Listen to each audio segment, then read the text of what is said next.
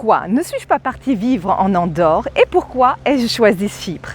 Différence d'impôts avec la France. Lorsqu'une personne en France envisage de déménager pour payer moins d'impôts, la première option qui vient généralement à l'esprit est Andorre. Youtubeurs, influenceurs et entrepreneurs, il semble que tout le monde s'y installe. Mais est-ce réellement la meilleure option? Dans cette vidéo, je vais vous expliquer pourquoi je n'ai pas choisi Andorre et pourquoi j'ai décidé de m'installer à Chypre. Mais afin que vous puissiez prendre votre propre décision, j'ai divisé la vidéo en 4 parties clés. Fiscalité, facilité de faire des affaires en ligne, conditions pour obtenir la résidence fiscale et qualité de vie. Mais avant de commencer, souvenez-vous, c'est une décision très personnelle et il existe bien d'autres options qu'Andorre ou Chypre, comme j'ai évoqué dans d'autres vidéos. Aspects fiscaux. Allons droit au but, les impôts. J'ai préparé un comparatif entre Andorre et Chypre en y ajoutant la France pour que vous puissiez constater par vous-même ce que signifie de vivre dans un véritable enfer fiscal. Le taux progressif en Andorre est de 0 à 10%. À Chypre, il est de 17,5%. Et en France, il va jusqu'à 48%, plus des cotisations sociales élevées. L'exonération sur les revenus de l'étranger. En Andorre, il est comme pour les revenus locaux, de 0 à 10%. À Chypre, vous avez exonération totale si vous travaillez hors de Chypre plus de 90 jours par an. En France, il n'y a pas d'exonération générale. Il y a imposition sur les revenus mondiaux. La TVA, il est en Andorre à un taux général de 4,5%. À Chypre, il est à un taux général de 19%. Et en France, il est à un taux général de 20%. L'impôt sur les sociétés, en Andorre, il est de 10%.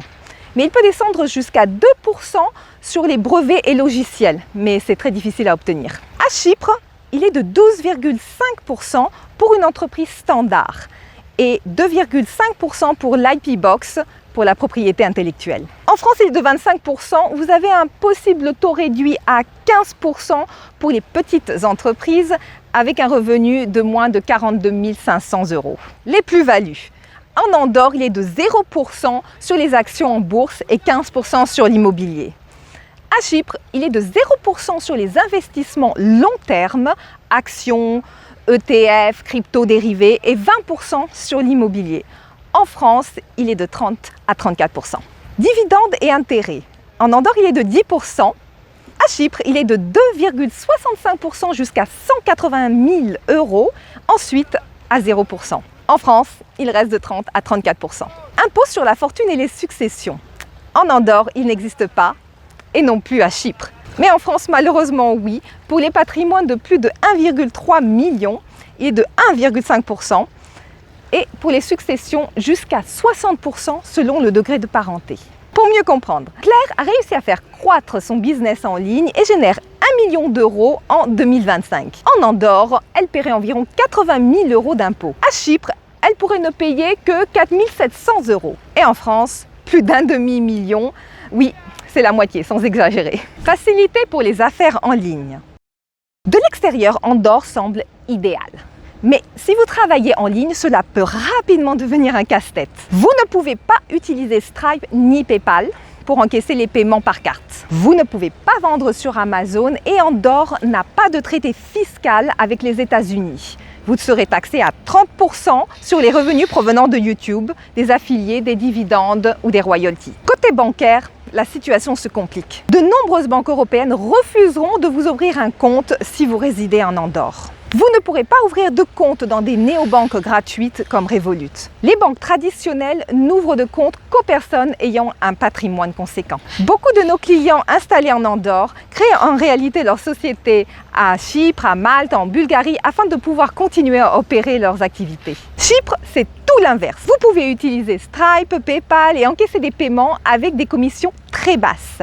Par exemple, Stripe prend 1,5% contre environ 6% si vous aviez une LLC aux États-Unis et vendiez en Europe. Vous pouvez vendre sur Amazon ou d'autres marketplaces sans aucune difficulté. Avec une résidence fiscale européenne, vous pouvez ouvrir des comptes bancaires dans pratiquement tous les pays de l'Union européenne rapidement et facilement. Conditions de résidence. Si vous envisagez de déménager, vous vous demandez sûrement quelles sont les démarches et les conditions à remplir pour établir votre nouvelle résidence fiscale. À Chypre, Si vous avez un passeport européen, c'est très simple, vous avez le choix. Vivre plus de 183 jours par an sur place ou bénéficier du régime des 60 jours sous certaines conditions, expliquées dans une autre vidéo. Andorre. La procédure est un peu plus complexe. Pour la résidence active, il faut vivre au moins 183 jours par an, créer une entreprise et déposer 50 000 € en caution, une somme qui sera bloquée. Certaines dérogations existent pour certaines professions qualifiées. Si vous possédez certains diplômes universitaires et exercez une profession libérale, mais très peu de places sont disponibles dans cette catégorie. Nous constatons beaucoup de désinformation à ce sujet. Certains conseillers fiscaux affirment qu'il n'est pas nécessaire de respecter la règle des 183 jours. Ainsi, des clients mal informés croient ces informations et ne séjournent sur place que 2 mois. Autre option. Pour la résidence passive, il faut investir 600 000 € dans l'immobilier ou des obligations d'État et vivre au moins 90 jours par an. À partir de 2026, la maîtrise du catalan sera exigée. L'avantage d'Andorre est la proximité géographique avec la France. Vous pouvez y aller en voiture et immatriculer votre véhicule. À Chypre, la distance impose souvent de repartir de zéro. Si vous aimez la vidéo, n'hésitez pas à mettre un like et abonnez-vous pour découvrir la suite de nos contenus. Qualité de vie et adaptabilité.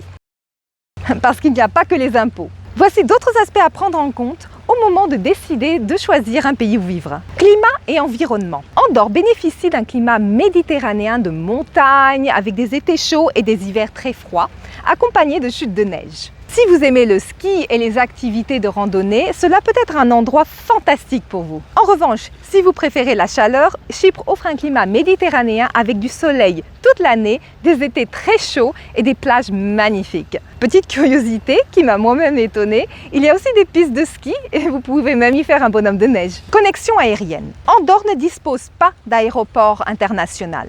Toutefois, l'aéroport de la Seu-d'Urgell propose des vols directs vers Paris. Il est également possible de trouver des vols indirects ou combinaisons de vols pour atteindre d'autres villes françaises comme Lyon ou Toulouse, en passant par d'autres aéroports en Espagne ou en France. Chypre, de son côté, dispose de 2 aéroports assez bien connectés à l'Europe, Paphos et Larnaca.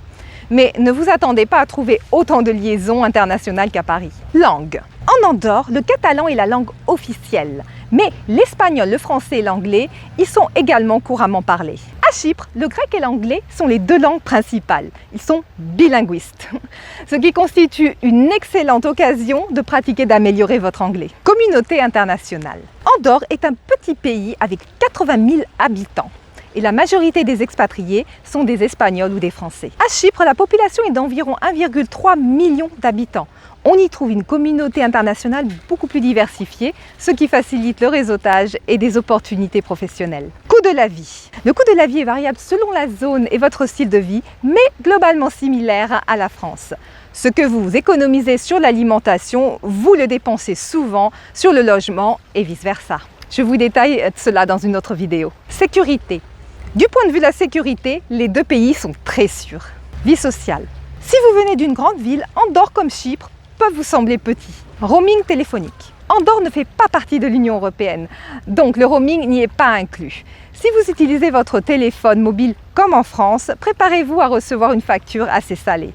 En revanche, Chypre fait bien partie de l'Union européenne. Vous pouvez donc utiliser votre téléphone sans frais supplémentaires. Les appels, les messages et les données fonctionnent exactement comme si vous étiez chez vous. Comme vous le voyez, déménager est une solution très personnelle. Il n'y a pas une seule solution pour tout le monde. Si vous envisagez de franchir le pas, sachez que nous avons de l'expérience dans les 2 pays avec de nombreux clients. Tant Jordi Faras que notre équipe, nous pouvons vous accompagner pour étudier votre cas et vérifier si cela vous convient réellement et vous accompagner tout au long du processus. Je vous laisse les liens en description pour planifier un appel et voir comment nous pourrions vous aider et commencer à élaborer votre plan d'action. À dans une prochaine vidéo.